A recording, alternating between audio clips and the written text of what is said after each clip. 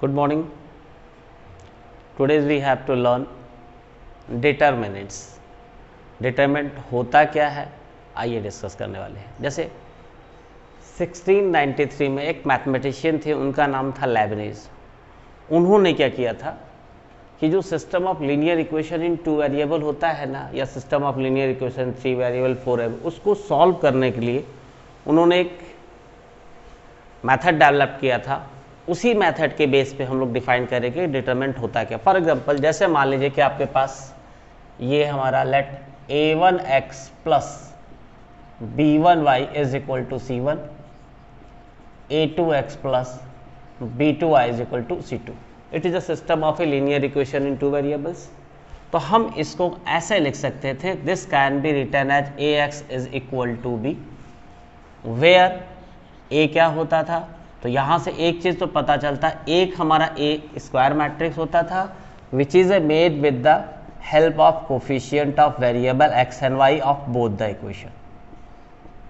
This x represent the number of variables, ये हमारा x Y होगा, और यहाँ पे इस बी को हमने लिख दिया था जो लेफ्ट राइट हैंड साइड पे हमारा कांस्टेंट है। इसको सॉल्व करने के लिए उन्होंने जो मेथड डेवलप किया था उसी से ही डिटरमिनेंट की जरूरत पड़ी।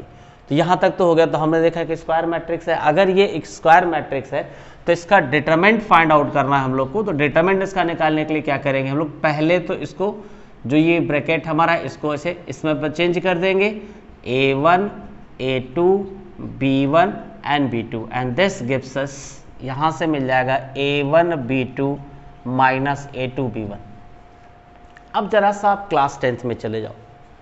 क्लास 10th में आपने पढ़ा था system of a linear equation in 2 variable था। जब अगर ऐसे तो हम लोग क्या करते थे, इस सिस्टम का सॉल्यूशन यूनिक होगा कि इनफाइनाइट होगा कि नो सॉल्यूशन होगा, ठीक। तो वहाँ पे आप लोग क्या करते थे, कंपेयर करके यहाँ पे निकालते थे a1 upon a2 is equal to b1 upon b2 is equal to c1 upon c2। तो जब a1 upon a2 not equal to b1 upon b2 होता था तो यहाँ पे यूनिक सोल्यूशन मिलता था। जब आप उसका ग्राफ बनाते थे, दोनों एक दूसरे को इंटरसेक्ट करते थे, वो कहाँ से आता था, दस a1 into b2 minus a2 into b1, यहीं से। इसके बाद फिर आपने पढ़ा था कि ये अगर बराबर होता है but not equal to c1 upon c2 तो दो पैरेलल आए थे, हम कहते थे नो सोल्यूशन। उसी तरह से यहाँ पे हम लोग को डिटरमिनेंट को सॉल्व करना है, और इस डिटरमिनेंट का रोल बेटा आगे चल के इकोनॉमिक्स में है, फिजिक्स में भी यूज़ है, ठीक है। बीएसटी वगैरह में कभी कभी यूज़ हो जाता है इसका, इंजीनियरिंग में इसका बड़ा यूज़ है। तो और बहुत बड़ा है, और सबसे बड़ा तो यहाँ पे जो क्लास 12th लेवल पे हम लोग मैथमेटिक्स पढ़ रहे हैं उसमें हम लोग का मैट्रिक्स और डिटरमिनेंट दोनों के कंबाइन इफेक्ट से हम लोग system of linear equation in 2 variable 3 variable 4 variable निकाल सकते हैं। डिटरमिनेंट के और मैट्रिक्स के हेल्प से हम किसी मैट्रिक्स का इन्वर्स पता कर सकते हैं, एडजॉइंट पता कर सकते हैं। तो आइए इसके डिफरेंट टर्मिनोलॉजी को हम लोग सीखते हैं। अब मेन चीज़ है हमारा कि डिफाइन करना कि डिटरमिनेंट होता क्या है, डिटरमिनेंट को कैसे डिफाइन करते हैं। तो चलिए आइए लेट्स। अब क्वेश्चन ये है कि डिटरमिनेंट होता क्या है, डिटरमिनेंट को डिफाइन कैसे करते हैं। तो डिटरमिनेंट को डिफाइन करने के लिए सबसे बढ़िया तरीका ये होता है कि आप सीधे कहोगे कि every square matrix associated to some real numbers और कॉम्प्लेक्स नंबर्स और any expression, to find that expression we have to find the determinant of that square matrix. For example आइए दिखाते हैं, या हम एक दूसरे सेंस में ये भी कह सकते हैं कि स्क्वायर मैट्रिक्स जो डिटरमिनेंट जो होता है वो एक हमारा फंक्शन होता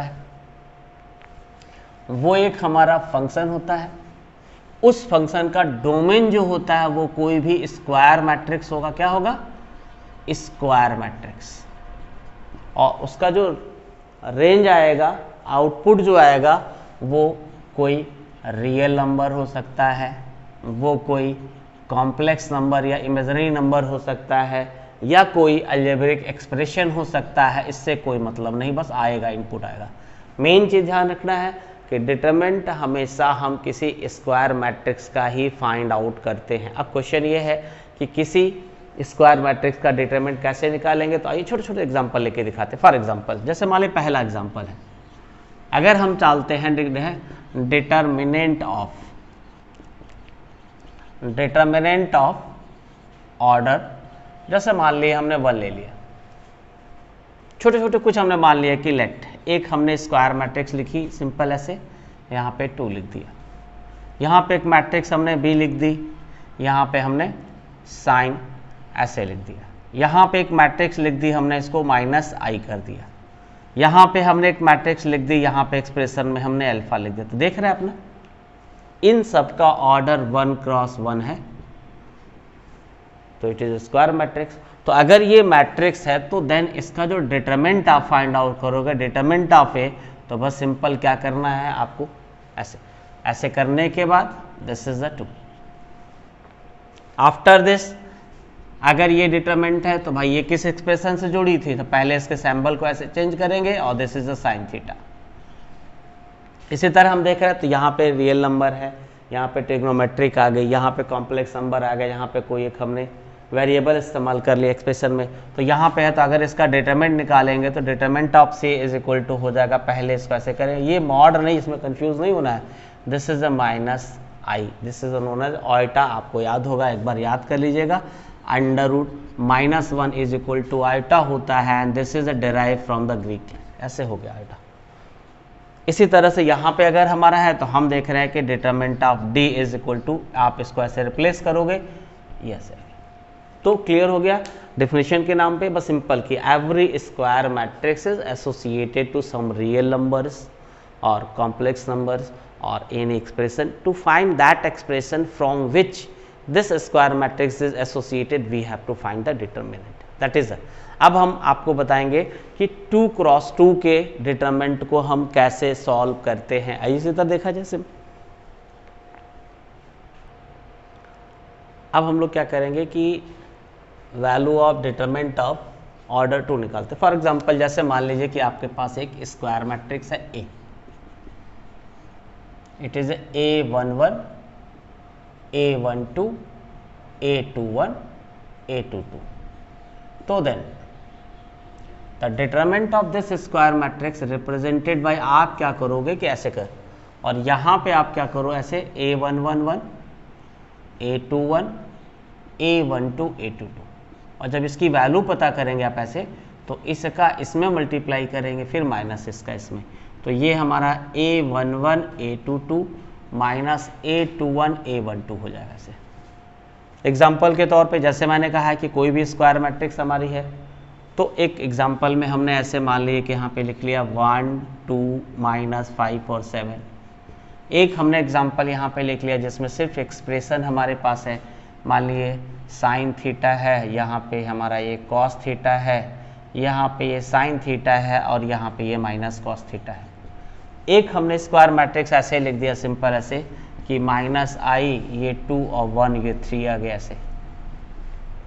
अगर हम इसकी वैल्यू निकालना चाहते हैं तो ये सभी देख रहे हो तो मैट्रिक्स है, मैट्रिक्स का एलिमेंट जो है या तो कोई रियल नंबर है, या तो कोई ट्रिग्नोमेट्रिक फंक्शन है, या तो कॉम्प्लेक्स नंबर है, या कोई एक्सप्रेशन हो सकता है। अगर इसकी वैल्यू आप फाइंड आउट करोगे तो डिटरमिनेंट ऑफ ए जो आएगा आपका, तो बस आप क्या करेंगे, जैसे इसको ऐसे रिप्लेस करेंगे तो 1, 2, -5, 7, और आप इसका इसमें मल्टीप्लाई करोगे तो 1 × 7 और ये -10 आ जाएगा, 1 × 7 -5 × 2, तो ये हो जाएगा +17। मतलब ये स्क्वायर मैट्रिक्स एक रियल नंबर 17 से एसोसिएटेड थी।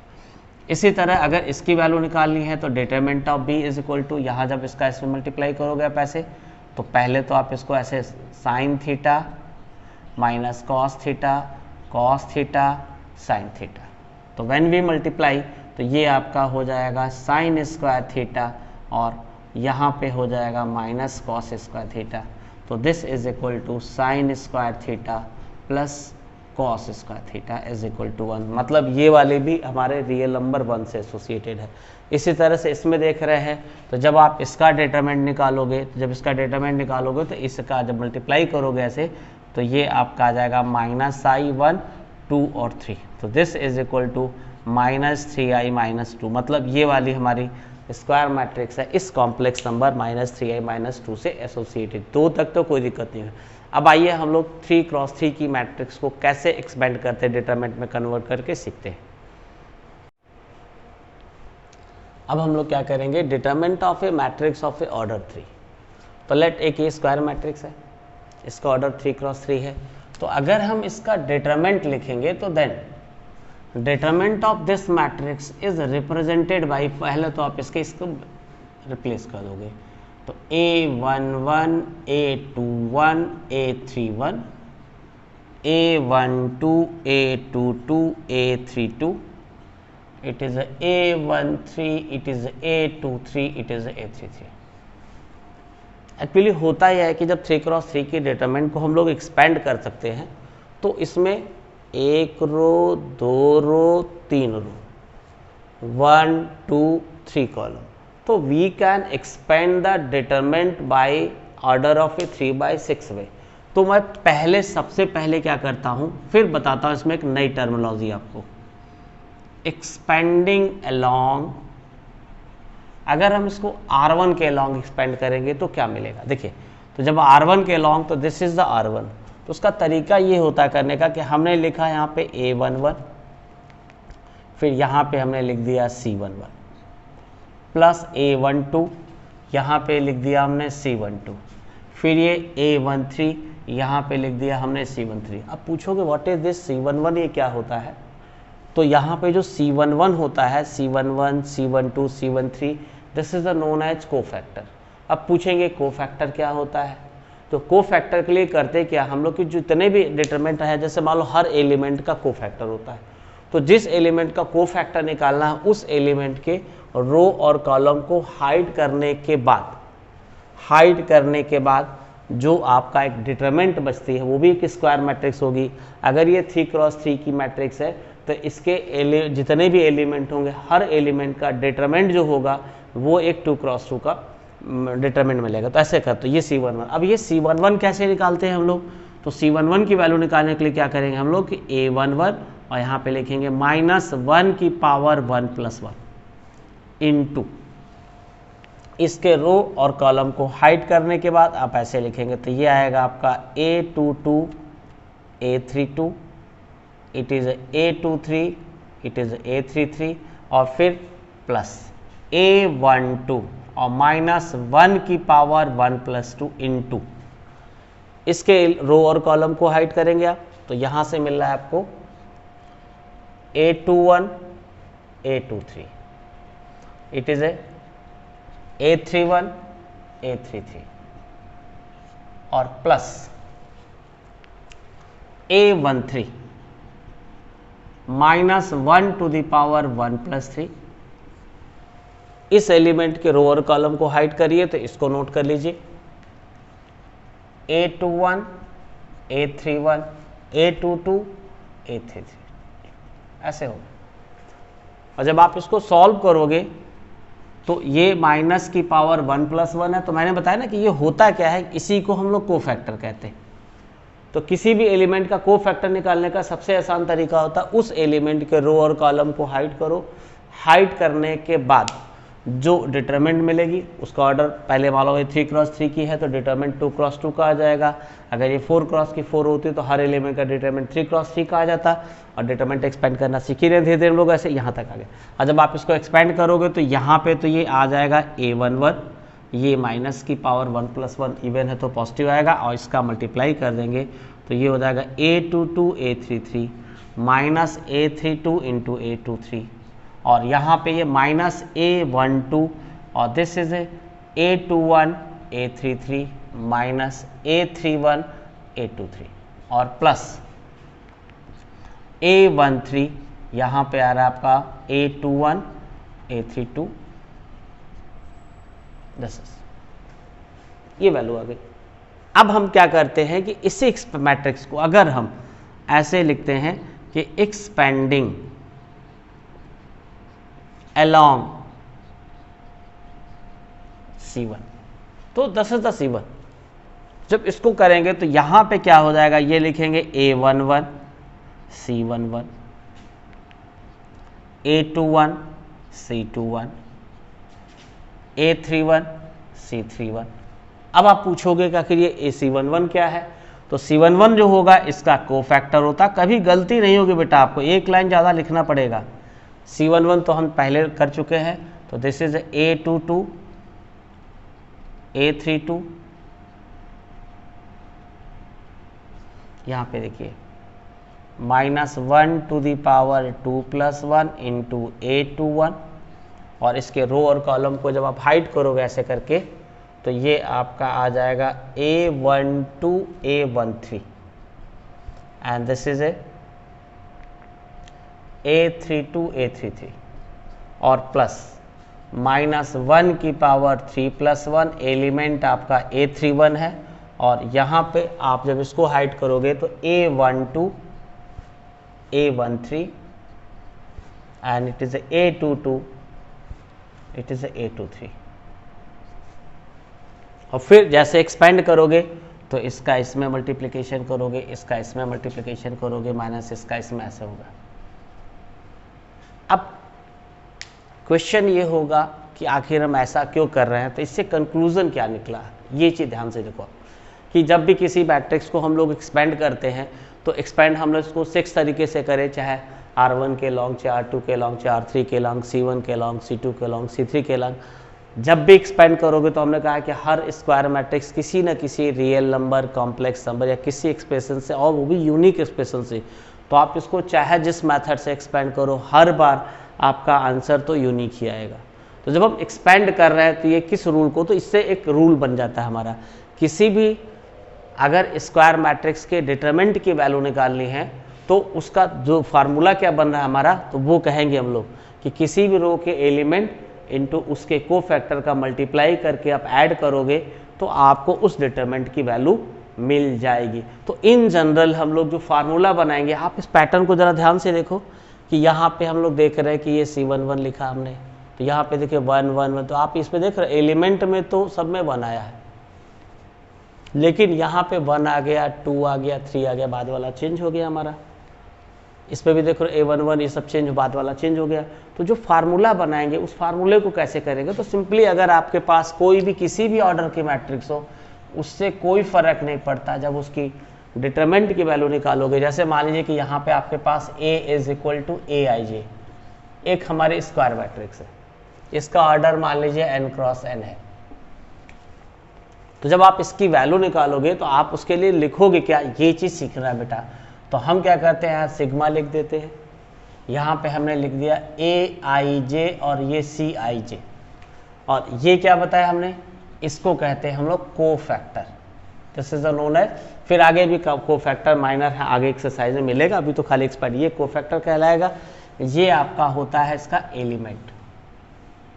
अब क्वेश्चन ये हमारा है कि जब हम इसको रो के लॉन्ग एक्सपेंड कर रहे हैं कि कॉलम के लॉन्ग एक्सपेंड कर रहे हैं, जब रो के लॉन्ग एक्सपेंड कर रहे हैं या कॉलम के लॉन्ग एक्सपेंड कर रहे हैं तो किसको चेंज करेंगे ये सीखना है। या हमने क्या किया, इसी चीज़ को ऐसे लिख दिया, तो यहाँ पे Aij और यहाँ पे Cij। अब यहाँ पे हम क्या करेंगे कि I = और यहाँ पे किसी में एक बार J = तो अब आप चेक करके बताओ कि कौन चेंज हो रहा है। तो जब आप रो के लॉन्ग एक्सपेंड कर रहे थे तो देखो ये पहला रो को बताता है, दूसरा कॉलम को बताता है, तो इसमें कॉलम वाला चेंज हो रहा था, रो वाला आपका फिक्स था। तो यहाँ पे क्या करेंगे, कॉलम वाला चेंज हो रहा था, तो अगर हम रो के लॉन्ग एक्सपेंड करेंगे तो यहाँ पे लिख देते J = 1 से लेकर के n तक बदलता जाता। हाँ, अगर हम इसको कॉलम के लॉन्ग एक्सपेंड कर रहे थे तो कॉलम के लॉन्ग एक्सपेंड करोगे तो कॉलम के एक्सपांड में देखिए क्या होता है, बाद वाला देख रहे हो सबका कॉलम फिक्स है, रो वाला नंबर, तो जो मैट्रिक्स होती है तो ये रो को रिप्रेजेंट करता है, ये कॉलम को रिप्रेजेंट करता है। तो यहाँ पे हमने क्या किया, इसको लिख दिया I = 1 से लेकर के n तक, जो भी उसका ऑर्डर होगा, स्क्वायर मैट्रिक्स है हमारा, तो बस 3 बार ऐसे चल रहा है। ये एक रूल। तो इससे क्या सीखा हमने, किसी भी डिटरमिनेंट की वैल्यू निकालनी हो तो एलिमेंट इंटू उसका, जैसे मान लो इसको एक्सपेंड करना था R2 के लॉन्ग, तो A21 इंटू इसका कोफैक्टर प्लस A22 इंटू इसका कोफैक्टर प्लस A23 इंटू इसका कोफैक्टर, और इस तरह से डिटरमिनेंट की वैल्यू मिल जाती है। ये रूल। तो इसमें फिर आपने देखा कि वैल्यू निकालने के लिए डिटरमिनेंट की उस एलिमेंट को उसके कोफैक्टर से मल्टीप्लाई करते हैं, ये तरीका होता है। आइए अब आपको कुछ एग्जांपल बताते हैं 3 × 3 के मैट्रिक्स डिटरमिनेंट के। चलिए हम लोग कुछ क्वेश्चन लगाते हैं कि डिटरमिनेंट को कैसे एक्सपेंड किया जाता है। आइए देखा, जैसे एक पहला एग्जांपल देखा जाए हम लोग कि अगर x belong to natural number, एक डिटरमिनेंट दे रखा है, अगर इसकी वैल्यू, तो मैंने क्या बताया कि every square matrix is associated to some functions और रियल नंबर और कॉम्प्लेक्स नंबर। तो आखिर ये डिटरमिनेंट है उसी स्क्वायर मैट्रिक्स का और ये इस 8 से एसोसिएटेड है, तो यहाँ पे x की जगह पे हम क्या लिखें। तो इस तरह के क्वेश्चन को जब सॉल्व करेंगे तो आप क्या करोगे, इसको एक्सपेंड कर दोगे। तो ये 2 क्रॉस 2 का, तो आप इसका इसमें मल्टीप्लाई करोगे, तो x + 3 × 2x और फिर माइनस इन दोनों का मल्टीप्लाई करोगे तो ये आपका 6x आ जाएगा और दिस इज इक्वल टू 8। ठीक, this is 2x + 6x - 6x is equal to 8. This is the cancel. 2x is equal to 8, x is equal to 4. इसका मतलब यही है कि अगर हम इस डिटरमिनेंट में x की जगह पे 4 लिख देते तो इसकी वैल्यू 8 आती। आइए एक और क्वेश्चन देखते हैं। अब जैसे देखो, मैट्रिक्स मैंने पढ़ा था कि जब दो मैट्रिक्स बराबर होती तो उनके करस्पॉन्डिंग एलिमेंट आपस में सेम होते हैं, उनका ऑर्डर सेम होता है। उसी तरह से यहाँ पे ऑब्जर्व करें कि ये डिटरमिनेंट है, इसके बराबर है। तो एक्चुअली होता क्या कि कभी कभी एग्जाम में डिटरमिनेंट का क्वेश्चन अक्सर 1 मार्क्स में क्वेश्चन पूछ दिया जाता है, तो बच्चे कभी कभी खुशी से ना डायरेक्टे कर देते। तो पहले देखो, अगर ये मैट्रिक्स होता तो यहाँ पे -1 है, तो ये 0 के बराबर कैसे होगा। पहला तो यही पकड़ में कभी कभी ऐसा मिलता भी नहीं है। लेकिन हमने क्या पढ़ा है कि जो डिटरमिनेंट होता है उसकी एक यूनिक वैल्यू आती है। तो अगर ये डिटरमिनेंट इसके बराबर है तो इसकी वैल्यू कितनी आ रही है, इसकी वैल्यू कितनी, आपस में इनकी वैल्यू इक्वल होती है। तो हम क्या करेंगे, जब इसको सॉल्व करेंगे तो इसका इसमें मल्टीप्लाई करेंगे तो ये हो जाएगा 2 sin² x और फिर माइनस इसका इसमें मल्टीप्लाई करेंगे तो -1 and here is this is 3 sin x और माइनस इसका करेंगे तो ये 0 आ जाएगा। और जब आप पूरे को सॉल्व करोगे तो ये आपका हो जाएगा 2 sin² x + 1 - 3 sin x is equal to 0. Since it is a quadratic equation in sign, तो we have to factorize this one. इसको फैक्टराइज करेंगे तो देखिए 2 × 1 2 आएगा और 2 के ऐसे 2 फैक्टर कर दिए कि जिसका सम 3 के बराबर आ जाए। तो हम इसको ऐसे लिख सकते थे 2 sin² x और यहाँ पे इसको लिख सकते थे 2 sin x - sin x + 1 is equal to 0. It is 2 sin x, यहाँ पे ये sin x - 1 मिल जाएगा, यहाँ पे ये sin x - 1 is equal to 0. तो 2 sin x is equal to 2 sin x - 1 in one bracket and sin x - 1 in another bracket is equal to 0. This into this is equal to 0. तो या तो ये हमारा 2 sin x - 1 is equal to 0 होगा या sin x - 1 is equal to 0. If this is equal to 0 तो sin x is equal to 1/2. If this is equal to 0 तो sin x is equal to 1. अब आप ध्यान से देखो, क्वेश्चन में लिखा है कि x belong to real number and value of x lie between 0 to 19. It means it is in the first quadrant. तो फर्स्ट क्वाड्रेंट में sin की वैल्यू 1/2 होती है 30 डिग्री। 30 डिग्री मतलब π/6 और sin की वैल्यू फर्स्ट क्वाड्रेंट में अगर निकालते हैं, फर्स्ट क्वाड्रेंट वो एक्सिस पे आता है तो ये π/2 हो जाएगा। तो ये हमारा इसका आंसर आएगा। तो ऐसे क्वेश्चन हमारा सॉल्व होता है। एक क्वेश्चन और देखते हैं। जैसे मान लीजिए कि आपको इसको एक्सपेंड करना है, तो एक्सपेंड कैसे करोगे, तो ये हमारा 3 × 3 का एक डिटरमिनेंट है। तो अगर हम R1 के अलॉन्ग एक्सपेंड करते हैं तो मैंने तरीका क्या सिखाया था कि जब भी आप एक्सपेंड करोगे तो ध्यान से देखिएगा, कुछ चीज़ों को आपको ऐसे सीखना है। एक्सपेंडिंग अलॉन्ग R1, तो रूल होता था एलिमेंट इनटू इसका कोफैक्टर। तो हमने लिखा एलिमेंट 0 × इसका कोफैक्टर। तो कोफैक्टर क्या करेंगे हम लोग, यहाँ पे लिख देते हैं, मान लेते हैं कि C11 एलिमेंट 2 है into cofactor C12 plus element into cofactor C13। तो एक चीज़ तो क्लियर हो गया, ये तो 0 हो गया, ये 0 हो गया, इसकी वैल्यू तो 0 आ गई। और जब आप इसको सॉल्व करोगे तो यहाँ पे ये आपका मिलेगा 2 कोफैक्टर आपको C12 का लिखना है, तो -1 की पावर 1 + 2 इंटू इसके रो और कॉलम को हाइड करोगे तो क्या मिलेगा यहाँ से, इट इज़ ए 2 4 4 6। पता चलेगा कि यही बड़ी सावधानी से नहीं तो कुल मेहनत आपकी बेकार हो जाएगी। It is a -2, it is a 12 -16। तो when we simplify this one it is a -4, तो इस डिटरमिनेंट की वैल्यू 8 आ रही है। एक क्वेश्चन तो ये बन गया हमारा। आइए एक क्वेश्चन और देखते हैं हम लोग इसी तरह का। देखिए एक्सपेंड करना सीख गए। अगला क्वेश्चन आप ध्यान से देखो, अगर हमें इसको इवोल्यूट करना है तो एक चीज़ तो समझ आएगा कि जब भी डिटरमिनेंट को एक्सपेंड करना हो तो उस रो या उस कॉलम को ही एक्सपेंड करना जिसमें ज़्यादा से ज़्यादा जीरो हो। तो हम या तो R2 को ले लें या तो C3 को ले लें, किसी एक को लेकर के एक्सपेंड कर दें। तो हम R2 के लॉन्ग एक्सपेंड करेंगे। तो तरीका क्या होगा देखिएगा, तो यहाँ पे क्या लिखने जा रहे हैं हम लोग, एक्सपेंडिंग